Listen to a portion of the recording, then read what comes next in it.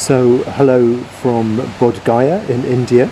I'm here with Parami, who is one of the order conveners and well known to many of you at Newcastle Buddhist Centre. And we are here for the International Order Convention, which is being held here in Bodhgaya, which is the traditional seat of the Buddha's enlightenment. Yeah. How does it feel being here in Bodhgaya? Yeah. Somebody gave a talk this morning on, we've had a day with the women together. Yeah. And somebody gave a talk in which she was saying something about being here in the place where the Buddha gained enlightenment and how much we're just walking this earth. Yeah. Kind of felt very meaningful.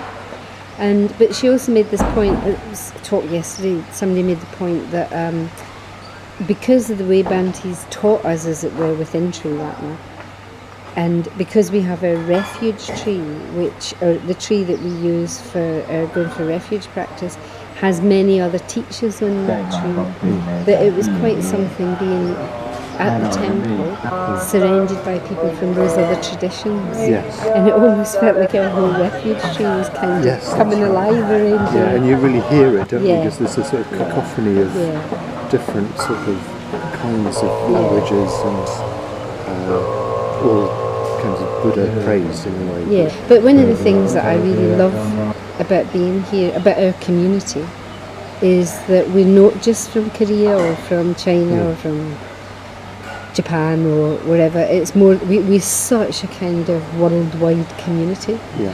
And that's recognisable, and I see people looking at us, around the temple when we're sitting doing puja. So there's, as far as I know, there are around 620 or something of us here. About 400 are from India, and the rest from outside India, but from all around the world. So you get, this very kind of diverse group in terms of being Indian and non-Indian, men and women together. Sitting there, and a lot of the other groups are quite a bit more homogenous, it seems. Yes. And I quite appreciate that, actually. Yeah, I do. Because there's something quite historic. Well, there's two sort of shifts. One, the Buddhism coming to the West, outside of Asia. But also within India as well, the sort of rise of Buddhism again within India. And that we're both in there in the same sort of community, so it's just a complete mix of Indian, Western and other places. A couple of nights we've circumambulated the central part, which is where the tree is. And I don't know if you found this, but walking around chanting the Shakyamuni mantra, I noticed other people starting to join in. Yes, I did notice that. Yeah. So I think it was 2 nights ago in particular when we walked round. We just went round maybe twice, I think it was. And I noticed that people started kind of joining us. So there were a few other Westerners, but I don't think they were from Sri Ratna, because I think I knew virtually all the order members that are here, Westerners. And then there were a couple of other people in Tibetan outfits, Tibetan robes. And there were even some Theravadan.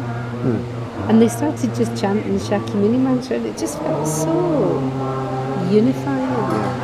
And that here we all are together, we're part of the Mahasangha, part of the same family.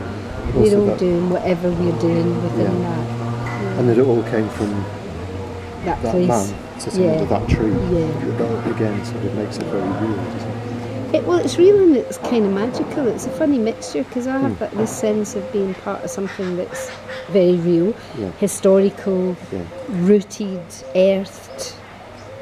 And actually at the same time there's something kind of mysterious. It's like a dream, isn't it, as well? There's something quite dreamlike about being around the Bodhi tree. So there's something kind of, almost you can tap into the magic as well. Yeah. Okay. Thank you very much, Parami. Hello again to everyone in Newcastle. Hi Newcastle. Calling Newcastle.